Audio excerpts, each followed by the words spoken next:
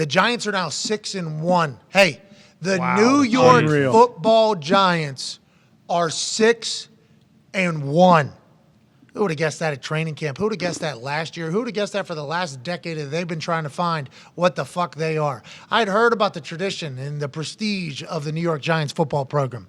I know that there's a lot of legends that are on TV, and I know that Super Bowls have been won there, but that team has looked like a shell of an NFL team for a long time. They bring in Daboll, who shows up in a full suit in his F-150 day one with his suitcase saying, we got to go to work. I'm assuming he's never put a suit on since this day. No. He has revitalized an entire culture of not only Giants fans, but the Giants building, the Giants community. Daniel Jones went for 19 of 30, 202 yards passing and a touchdown, and 107 yards rushing. This dude is one of the greatest athletes in the NFL. We were asked one time by a former NFL quarterback, what do we know about Daniel Jones? We said, well, his over for rushing is going to hit every single week. This dude's over for rushing is going to climb all the way up to like 60, I think, at one point. He's winning games. Daboll's got the boys motivated. They beat the Jags, who, you know, ETN's starting to really blossom. Last 2 weeks, he's had big plays. He scores his first NFL touchdown this week.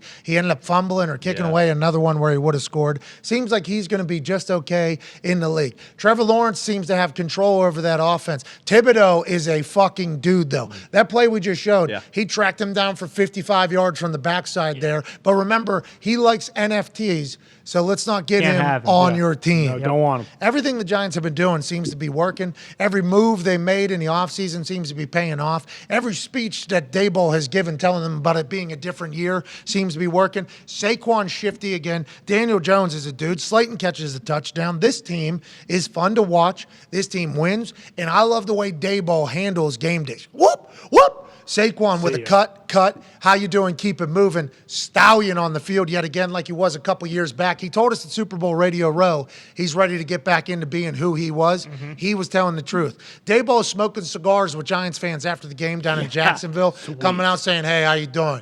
Hey, how you doing? We just won a game. How we doing? Smoke a cigar. How you doing? Hey, yeah, we fucking won.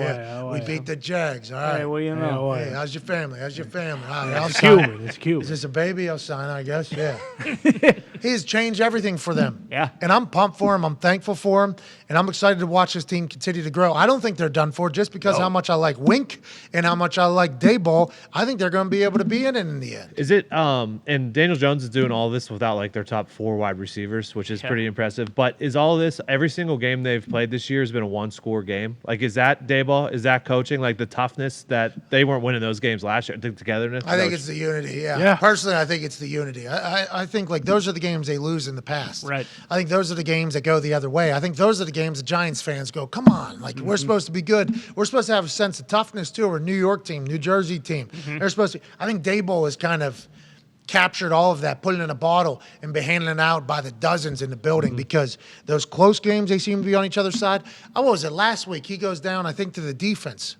And he goes, let's get a fucking stop.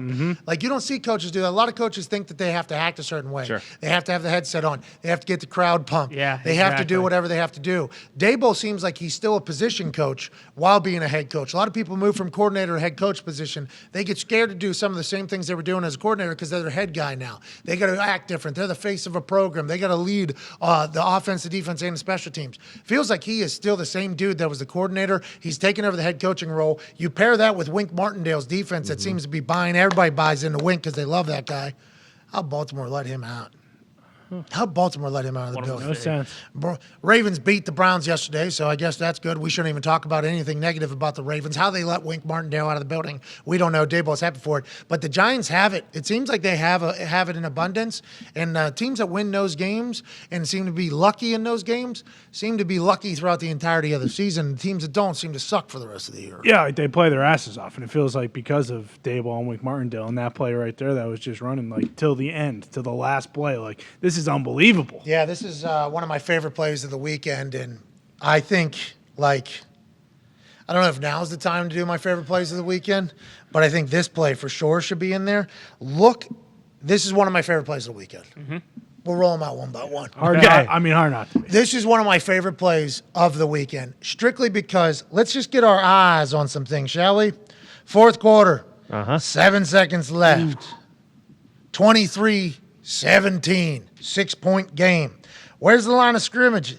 It's at the damn 17. This is very much attainable. This is not a Hail Mary. This is a lot of plays in the playbook. It's almost at a good spot because the amount of room they have from here to here can stretch out this defense a little bit. There's a little bit of space to work with. So Doug Peterson, Trevor Lawrence in a good spot to get a win at home. Look at the fucking grit. Look at the passion. Look at the rally. Look at this stand by this New York Giants team. Rushing 3, drop everybody else back. Can't get a first down and go down because the Jags have no timeouts. Has to be a touchdown play that they have here. Touchdown jump. Oh, jeez. Man. At the 1, this dude has to put his entire body into this fucking thing. Stops him at the line. Everybody rallies. Hold his ass up. Start sprinting in. Get your eyes on it. This team's grit won them that game. 3 feet away from a loss. 3 feet away from the Jags hitting that. If the Jags score there, we're talking about how the Jacksonville Jaguars have everything we just mentioned, how the Jacksonville Jaguars are a new team, how the Jacksonville Jaguars can go on and do it because of plays like this. But instead, it's McKinley, it's the boys in the back making a massive stand. And this is the difference of a fucking winning team forever and a losing team forever. That stop. Right there. Think about all of the goddamn pressure and weight on that dude's leg. Yeah. Catching a body, then you got to drive it back. Then everybody else needs to come in. What a fucking play. What a great description of what this Giants team has been in one play. And what a time to be a G-Men fan. Yeah, I mean, obviously it's a player-driven league, but I think you can't overestimate how important coaching is too. Like they got the coaching search right. They've been looking to find the right guy for how long now, and Daboll, and then Wink Martindale. Like that's a guy who should be a head coach somewhere. And you get lucky enough where he just decides he doesn't want to be the DC in Baltimore anymore, or they don't want him, whatever happened, and you get him to come over to be your defensive coordinator. Like the situational awareness, the field awareness, all that kind of stuff on that. Like that's obviously the players too, but that's great coaching as well. I love that Giants team, man. Yeah. That Giants team, AJ. Hey. They know how to win games. Yeah. Dude, what a play at the end there. We're talking about 3 feet being the difference, maybe a foot being the difference in that whole game. Trevor Lawrence leads them down the field, has a chance to score a touchdown. They make the big-time stop about a half-yard line with no seconds left on the clock, 3rd and 10, 7 seconds on the clock, no timeouts for the Jags. Need a touchdown. Oh, they had it. They had it.